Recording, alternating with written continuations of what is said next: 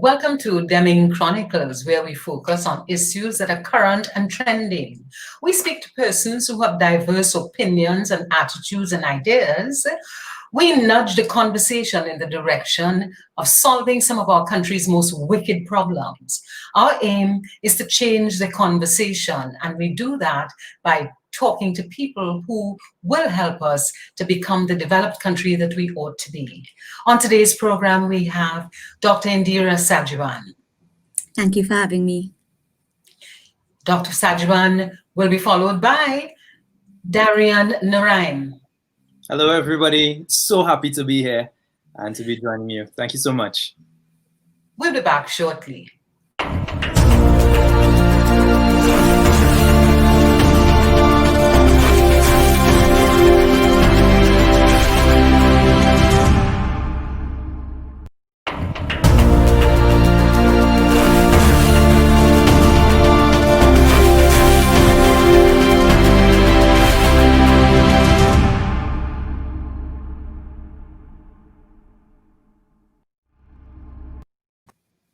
Welcome back and welcome Indera. Dr. Indera Sagewan. Indera, tell me, what is your focus? But my area of expertise really is I'm an economist by training, and my area of focus is the area of competitiveness, value chains, and cluster development. Really, how we focus our economy in terms of developing the productive sectors so that we can have growth and development. And what worries you about our country? Well, what worries me most is the absence of transformative leadership. I think we have a crisis of leadership in the country. And I say so primarily from where I sit as an economist and somebody who has been analyzing this economy and the wider Caribbean for well over 30 years now. And I say so, Denise, because, we are in somewhat of an economic malaise, and it is continuing to worsen. And it scares me because when I look to it, I can't see where the jobs are going to come from, especially for our young people. We have thousands of young people graduating every year with degrees. We have students coming out of high school and there are no real sustainable job opportunities for them. That worries me. It worries me that year after year we hear the regurgitated verbal commitment to issues such as economic diversification. We hear the identification of new growth sectors, but it is a recurrent decimal that has now been recurring now over 20 years, and we're not making any headway with respect to actually transforming. It takes on average about 10 years for any sector or any industry to move from startup to effective sustainability. So when are we going to start the process? And I can list them for you. And there are so many opportunities I see in Trinidad and Tobago that we are simply neglecting. And Indera, you've talked about it takes a 10-year cycle or 10-year period to do any meaningful transformation. So if you had to focus on 3 activities, what would those 3 activities be? Well, but I could take that question in different ways, okay? So if I'm to take that in terms of addressing the issue of an implementation deficit, that is a critical area in Trinidad and Tobago. And again, mindful that I'm concerned about the issue of economic transformation. I am of the view that one of the things that we need is a economic transformational or economic diversification commission of sorts. A commission that has the teeth and has the capacity, a multi-sectoral kind of entity that can very quickly within like you say, a 3-month period, develop a strategy for implementation, and it must now be resourced in order to facilitate the transformation. It must be that one-stop shop that can have the capacity to call all of the different institutions and agencies into action in order to make this thing happen. So that is let's give you an example. The yachting sector, for example, there's 16 forms for a yacht to come into Trinidad and Tobago. It needs to be one. It needs to be one now well over 20 years. So things like that, in terms of action and things like that, is what I'm speaking to. And we need a place that we can hold to account. We are talking about accountability.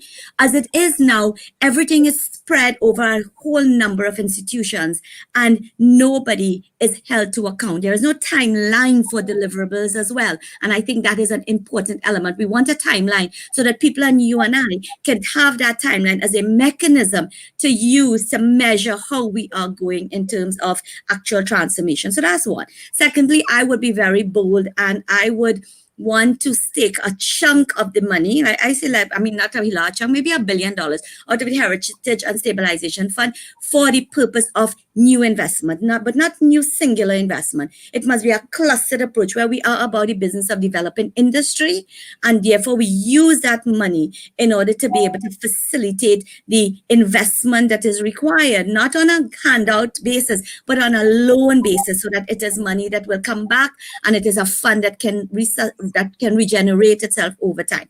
So that would be two areas. And then the third area is I would like very much that government provides us with the numbers to support a number of the mega projects that are in play at this point in time. The Toco Port is one of them. The airport in Tobago is one of them. The dry dock in La Brea is a third one that I could point to.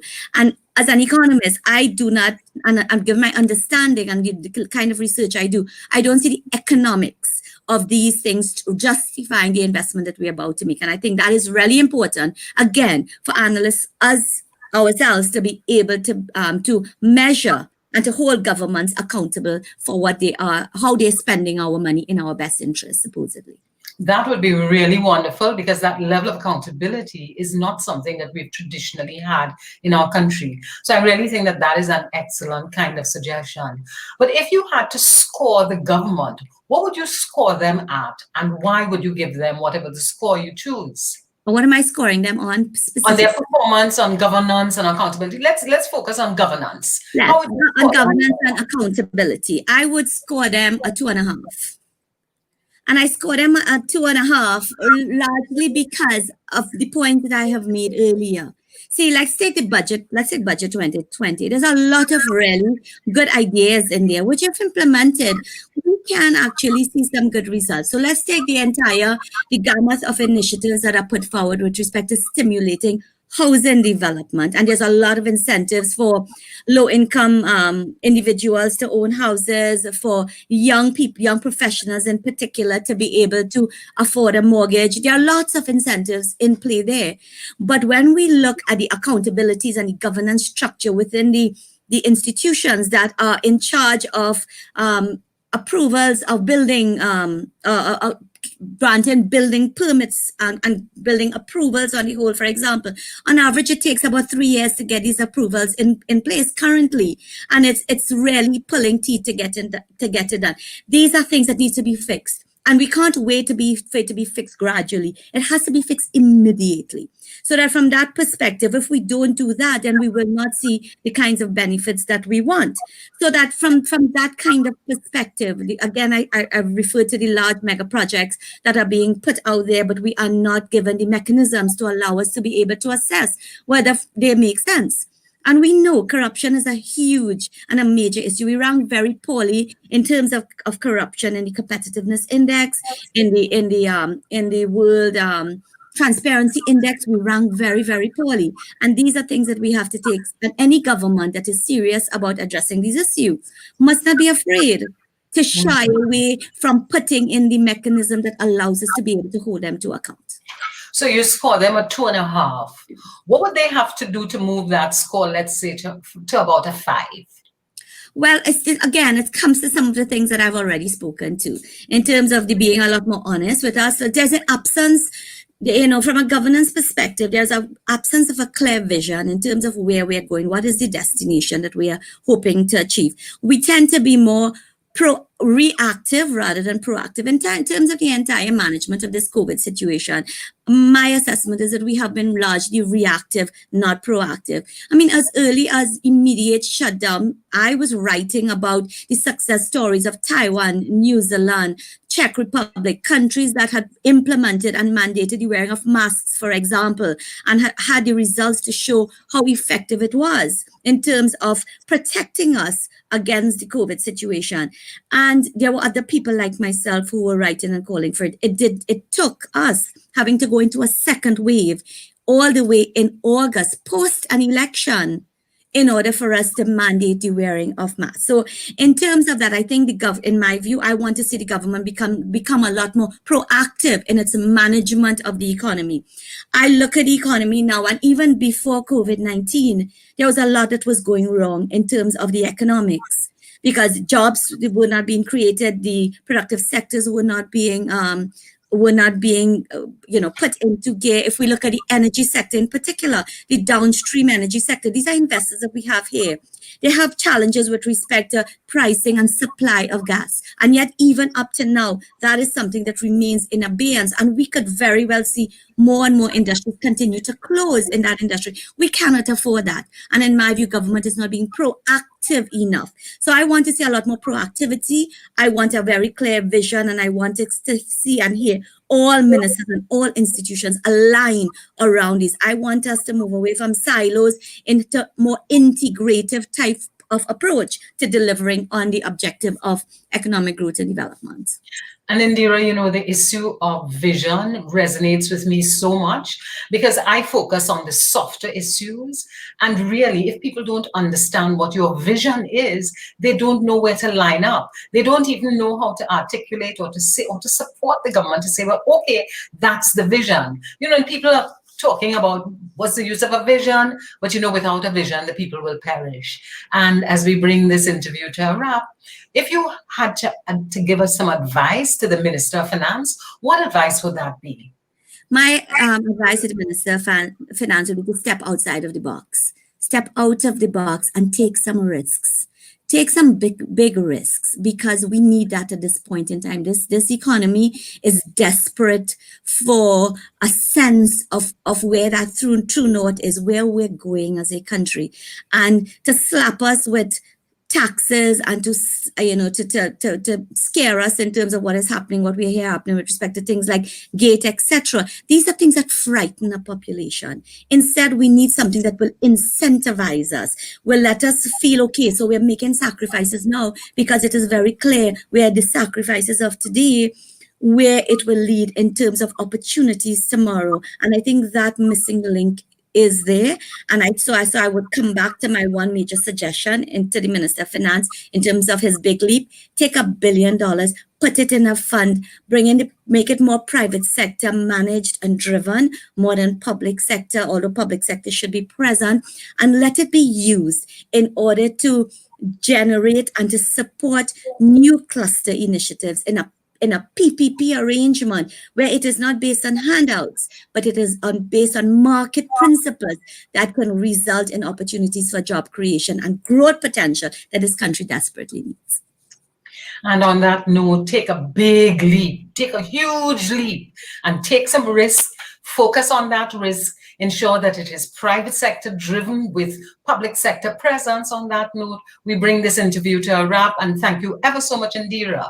We'll be back with you shortly. Demming Chronicles.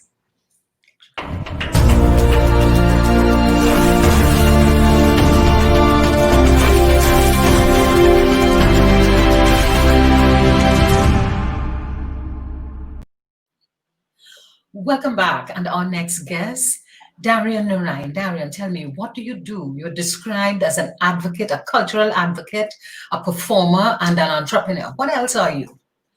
Denise, I am a person who enjoys the simple things in life as well. So I feel as if that is important to note inside there.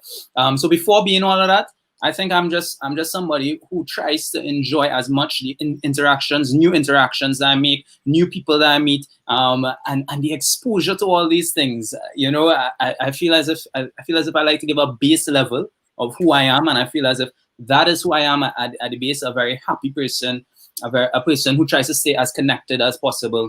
Beyond that, I've done a lot of advocacy in youth work, a lot of advocacy in culture. So I just like to dip my toes wherever I can. They said that the energy of the youth is the way forward. While I still have that youth on my side, I will use it and utilize it. Oh, but on that note, how do you define youth? Okay. So I define it based off of the Commonwealth's definition, which is between 15 to 30, right? So that is the age range that I see youth as being and falling into. So by that definition, I'm 25 now. I have about 5 years left. So I'm on the latter half of the youth spectrum. But nevertheless, I try to keep myself physically at 18, you know. That's the important thing. I look forward to meeting you at age 31 to call you an old man. I'm going to do that. But Darrion, tell me something. But I mean, it's sorry. I was saying, but easy to mistake you for a youth, you know. Don't get up inside there. I saying, but wait, I need to take all the advice from you and get that from you inside there. Yes, Darrion. But in this time of COVID, in this time of economic difficulty, in this time of uncertainty in our country, what brings you joy? I'm glad that you asked me that. And honestly and truly, one of the things that brings me a lot of joy is a good old bacon shack on Maracas Beach. Or doubles by the side of the road. These are the things that bring me joy. These simple things that we take for granted in everyday life. And when it's gone, then you realize, oh my gosh, these are things that actually brought me a lot of joy. You know? But in these days, the bacon shack in Maracas not happening. I'm hoping that we will be able to continue to have our bacon shack, quite reasonably, because that brings me a lot of joy as well. Right. Your area of focus is youth and culture. What are 3 things you wish would happen in Trinidad and Tobago to engage our youth? So one of the things that I oftentimes focus in on is, of course, education, retraining, and diversification. So I feel that as being, that's one area I highlighted as one area there. What I'm looking at is that currently we have an issue with unemployment. Of course, COVID-19 has not made it any easier. The pandemic has not made it any easier. Those numbers have risen. But we also have a lot of youth now coming out of the university system, and as they exit, there are no jobs there available for them because they're being trained in areas that are oversaturated, right? To just speak plainly here. And that becomes very problematic. So in the diversification, we need to look not only at diversifying sectors, but also diversifying the jobs themselves. So for example, there are certain areas and certain things that might be seen, all right, as jobs that have a lot of people existing within it, operating within it. So let me give you an example. For example, psychology. But when you go into the field of psychology itself, you realize that you have a lot of counselors and counseling psychologists, but you don't have a lot of drama therapists. So that's the area where you could almost look at diversifying portfolios as well, and the individual degrees and the areas in which they span and grow into. So that's one of the things that I suggest. But I mean, I've seen and we mentioned it, in your last discussion, you were talking about the budget. We've seen, of course, a rise in the amount of allocation for the agriculture sector.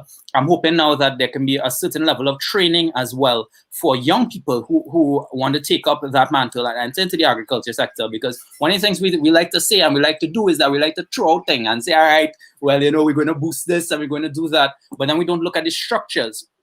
And one of the issues is, as a young person, if I want to get into agriculture now, if I want to go and plant a little something, let me say some cocoa, or let me say I'm mixing it up. I want to plant some scorpion peppers because I like to be a little spicy, right? You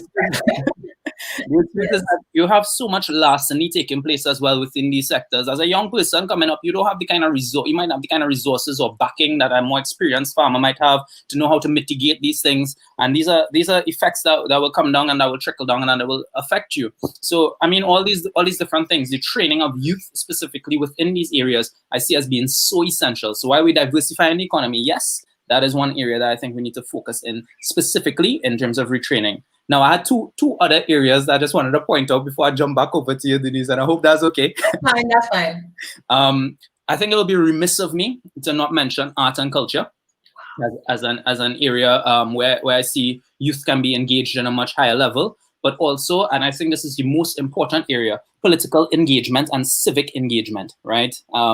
And this is not only from a top-down level, but from a bottom-up level as well. I feel as if a lot of young people are always calling for a lot of things. We always say, we want this, we want that, we want this, we want that, but we don't read enough, right? And I know this is a bold claim, right? But I'm speaking from all my interactions and stuff. And sometimes you see the same young people popping up time and time again, advocating for the same issues.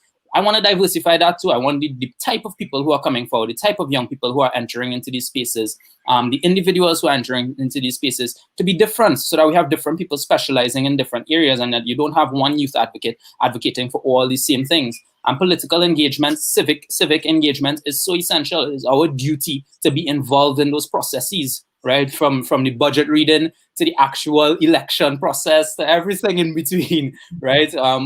Parliament, everything. And Darrion, you wanted to make one other point? Yes, and that is on art and culture. And I see art and culture as being, of course, the fuel, and I say fuel deliberately here, right? Because we're talking about fuel being and oil and gas and everything being the booster for our economy. Nah, I'm not on that, right? It is the art and culture. It is our culture that is the booster for the economy, right? It is those things that, and we realize that those things help us to perform at our peak in all other areas and in all other spaces. So for what I mean by that is that right now in this COVID-19 pandemic, you can't go to a play, you can't go to a concert, you can't go to a fete, you can't go to a party. And we are realizing just how important all those things inside there, all those displays of culture, all those displays of art was so important in helping us transgress through our deep fears, our issues, our problems, etc., and then helping us to peak perform in our areas of expertise.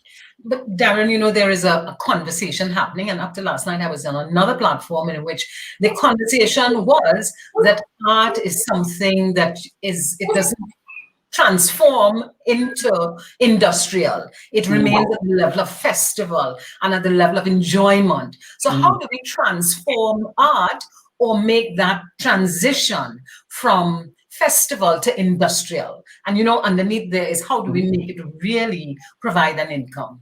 Yes, so it's a collaborative effort, right? If I want to have a concert, I'm going to bring artists to fill that concert.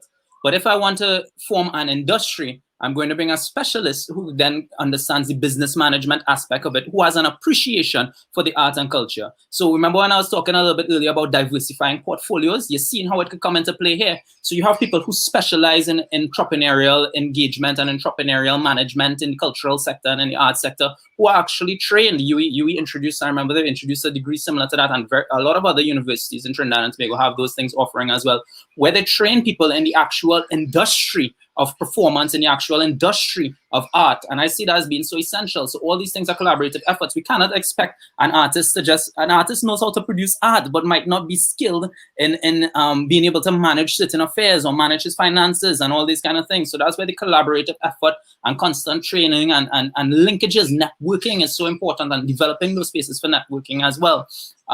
So in terms of forming industry, I could give an example almost immediately how you can make some funds off of that. And we were talking a little bit earlier in the backstage area when I was drinking my coffee with you. I don't know if you remember. I remember virtual coffee that we had. Virtual coffee, right? In the backstage area, we were talking a lot about digitization and our whole movement towards digitization, right?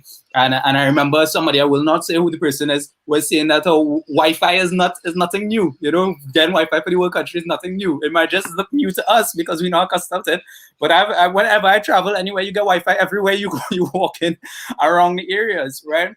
So maybe another area that we could look into in terms of the and this is nothing new again, but areas where we should be moving towards is, for example, the digitization of like music, right? And forming distribution companies or supporting distribution companies, local distribution companies, who can then distribute our music, our art forms, etc., out into these wider platforms like Instagram Music, and Apple Music, Spotify, where you can then get returns from that. That is something that is sustainable, where an artist can then get returns back from that, right? And he can make a significant amount of money if you get a certain amount of streams and all that. I think we have this mentality where we try to keep everything within the local context or within the Caribbean, but our music and our art is appreciated by people all out there. I don't know if you know this, Denise, but I just think a little parang and thing a little chutney at just start, right? When it's like, right, I have an next parang coming out this year as well.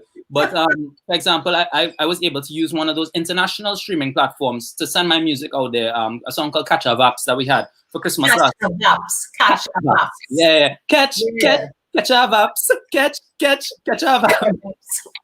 Right. I'm writing that down. Catch a Vaps. But tell me, what was Catch a Vaps about? It was a mixture of Carnival and Christmas. So Carnival and Was Christmas. it message and ketchup apps? Right. So it was a mixture of Carnival and Christmas. How they sew together. Like, I even separate them anymore. As soon as Christmas time rolling around, December come around, Carnival time, or we're already thinking Carnival, etc. So it was a creative play on both of those things. You know, I might sing a little something if you want at the end. We can probably do that. But yes. So and I remember it being distributed on Spotify, and my friend from Tanzania, she messaged me and she's like, yo, I really like this. This is real vibes. What you call this genre? And then there's an opportunity to educate there as well. And I put it onto other music and stuff as well out there. But through those streams and stuff, you make a certain level of income, and you cannot depend on the copyright organizations in Trinidad and Tobago. I'm not knocking nobody here, but you can't depend on them to do these things for you, right? So what we need to look is at diversification in those areas as well, and setting up certain structures that can then help these young artists, these young upcoming artists, to stream their music internationally. And Darrion, as we bring this interview to a wrap, if you had the air of the Minister of Youth, and I really have an issue with the age of the Minister of Youth, but that will be for another program. If you had the air of the Minister of Youth and you could give him one bit of advice, what would that be? Well, I would say that all eyes are on him, right? We watch it, we watching. You know, I telling you for sure, the young people are very, very much engaged and looking to see. You know, I do work with the Coalition of Youth Employment, that board under the Ministry of Youth and Sport Affairs. So we're looking to see how he responds to that board and the work that we've done as well, and all of that. So I mean, all eyes are on him. I like to give people the benefit of the doubt and an opportunity to at least prove themselves. He's just come into office. So I guess by next year, January or so, I'm willing to see, you know, what's happening, what's cooking in the pot, as we say. How long has this board been in existence that you're on? It's been in existence a year and some. A year and something. Yeah. And over that year, what has that board done that makes you feel very, very proud? Yeah, so the board is chaired by Nicola Harvey, who's also the director at Children's Authority. But a lot of the work that we have done has been centered around research and analysis. And I think like some of the research that we've been getting back and some of the feedback that we've been getting back from the coalition of all the information that we've collected through research and data has shown that entrepreneurship, especially within a small economy like ours, right, is one of the ways that we could actually move forward. But entrepreneurship in diversified areas, that is one of the consistent and constant themes that we are seeing, right? So for example, I know certain things like the School Enterprise Challenge, the 40 Under 40 Challenge, all these things are things that we have been reviewing, and we've been looking how to improve the implementation of it, the structures of it, so that it resonates more with the needs of the country. And on that note, Darrion, I'm happy to hear that you're engaged in research, because I'm one of those who believes, and it's not just my belief, we know that research precedes any kind of action. And depending on your research, then your action could be sustainable or not sustainable. And just a quick question, this necklace that I'm wearing is from Shop Carib. What do you think of it? I like it, girl. On that note, loving Shop Carib, we bring this session to a wrap. Thank you very much, Darrion. No problem.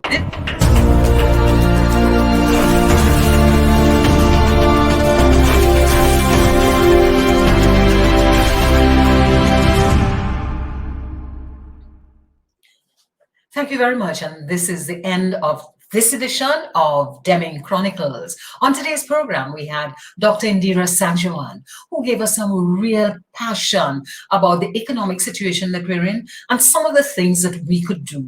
We also had a wonderful conversation with Darrion Narine, a young man who is clearly exploding with regard to what youth in our country need and some of the things that they're expecting as we develop. This is Demming Chronicles, and I wish to thank Shop Carib for the necklace that I'm wearing. See you again next time.